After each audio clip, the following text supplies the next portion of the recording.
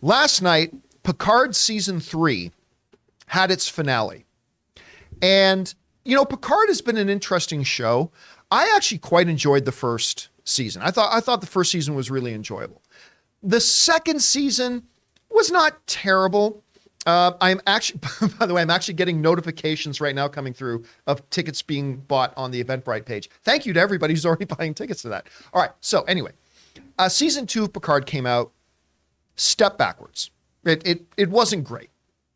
So going into season 3, they decided to just basically make it Star Trek The Next Generation season 8. How many seasons was Star Trek The Next Generation? In my head, I'm thinking it was 7.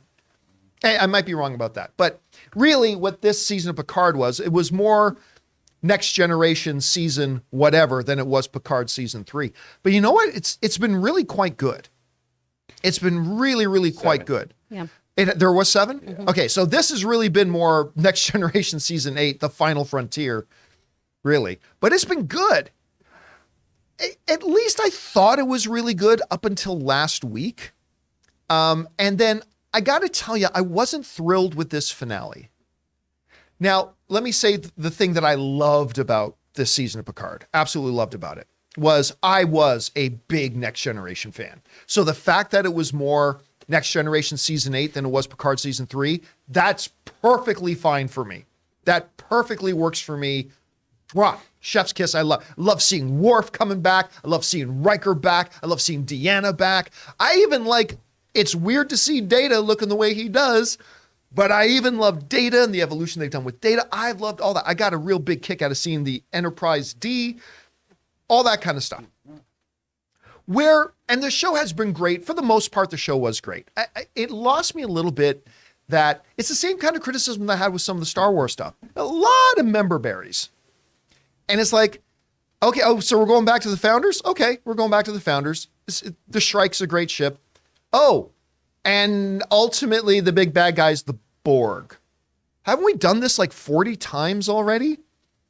And the big Borg, and then, by the way, it became Star Trek, The Return of the Jedi, as the finale of the show is really just them remaking the ending of Return of the Jedi as the fleet has to fly complicated, tight wave paths into the center of the Death Star to take out the beating heart of it, to send off a chain reaction, blow everything up. Hey, yeah, it was basically Return of the Jedi.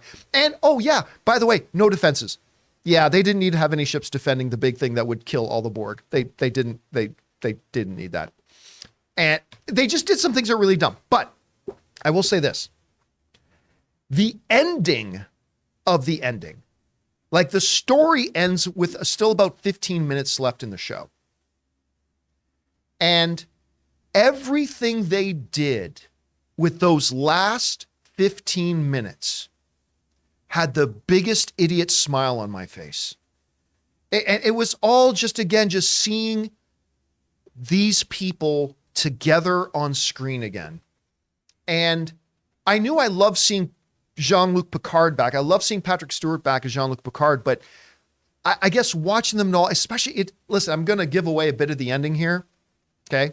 So plug your ears. If we got a spoiler thing, put it up. I mean, to end this show with them sitting down playing cards, playing some version of alien poker, I guess.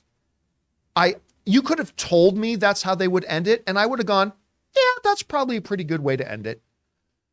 But watching it, now again, I'm saying this as somebody who obsessively watched The Next Generation, and I grew up watching that show. Watching them do it and seeing these characters you've known and love for so long and all that kind of stuff, and it sparks them to do. And by the way, killer post-credit scene. I won't say what the post-credit scene was, but the killer post-credit scene. I love the post-credit scene personally. Now, for me, Picard season 3, and we can take the spoilers alert down now. For me, Picard season 3 is a continuation of Star Trek really being on a roll. Particularly with, I still think, and I do still believe, Strange New Worlds. Strange New Worlds is easily the best of new Star Trek. I mean, that show is incredibly good, and it's better than Picard season 3. But Picard season 3 overall, I may not have liked. It's like, really, we're going back to the Borg again. We're really doing, and fine. But the show as a whole was such a big step up over Picard season 2. It was such a big improvement over Picard season 2. And they gave some depth to it. There were some great callbacks to the old Next Generation stuff, while also really keeping their feet firmly planted in quote unquote current Star Trek. I just thought it was a win. So like the last couple of Star Trek things I've seen, Strange New Worlds, Picard season 3, to me, they're definitely on a roll. Again, I don't think they stuck the ending particularly well in Picard season 3, but the emotional ending of it, what's it called? The prologue? Mm-hmm. Is that the right word? Yeah. The prologue, if you will, of Picard season 3 was so beautifully done. It was beautifully done. And when the credits rolled, I just realized I'm sitting there with this giant idiot grin on my face. I really, really enjoyed it. Chris, I don't know. Were you watching Picard season 3? I don't think you've mentioned it. I haven't watched any of this season, so. But you've seen the previous seasons. Now I know, because I can't mute when I'm in here. Well, I didn't tell you anything about the plot. That one thing is. That's horrible. No, I revealed nothing of the plot. No. It's one of those things too where this is so ridiculous. I had the mildest inconvenience of getting kicked out of Paramount Plus and going, oh, I didn't write down my password, and then we just started going to watch other things, and we never tuned back in. Never got back to Paramount Plus. Yeah, the first season I loved of Picard. I thought it was fantastic. Season 2, honestly, some of the stuff that was initially happening with the Borg, I thought was really interesting, especially because the actress who recently passed, I thought she did such an amazing job and was doing really cool stuff. And then it kind of went off the rails for me, and I just got really uninterested.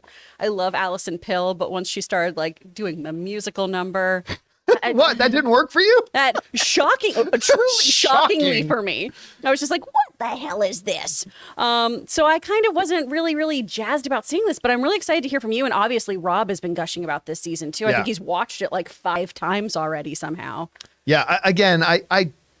For me, the last 2 episodes lost some momentum, but the bow they put on it at the end, because it's not just the poker game. It's more than that. And they just do it. It just felt, you know what? Honestly, I could have watched, if they announced tomorrow that they were putting out a secret surprise episode 11, and it was just all prologue stuff with what, the gang is now all doing after the events of Picard season 3. Oh, epilogue. I steered you wrong. It's epilogue. Prologue is what happens before. Yeah. Epilogue. You're right. Thank you. I would totally watch it. I would count down the days till next week to watch that episode. So anyway, guys, question is for you. Did you watch Picard season 3? Maybe you're not a Picard guy. Maybe you gave up after season 2. What did you think of it? What do you think of the role that Star Trek seems to be on right now? Whatever you guys think, jump down into the comments section below and let us know your thoughts. We want to thank a sponsor of this video, Mint Mobile. From the gas pump to the grocery store, your utility bills and favorite streaming services, inflation is everywhere. Seriously, make it stop. Thankfully, there's one company out there that's giving you a much needed break. It's Mint Mobile. As the first company to sell premium wireless service online only, Mint Mobile lets you order from home and save a ton with phone plans starting at just $15 a month. You guys know that ever since I switched to Mint Mobile, I've been saving almost 70% a month over my old phone plan. For people looking for extra savings this year, Mint Mobile offers premium wireless for just $15 a month. By going online only and eliminating the traditional cost of retail, Mint Mobile passes the significant savings on to you. All of their plans come with unlimited talk and text plus high-speed data delivered on the nation's largest 5G network. Use your own phone with any Mint Mobile plan and keep your same phone number along with all your existing contacts. Switch to Mint Mobile and get premium wireless service starting at just $15 a month. To get your new wireless plan for just $15 a month and get the plan shipped to your door for free, go to mintmobile.com/Campea. That's mintmobile.com/Campea. Cut your wireless bill to $15 a month at mintmobile.com/Campea.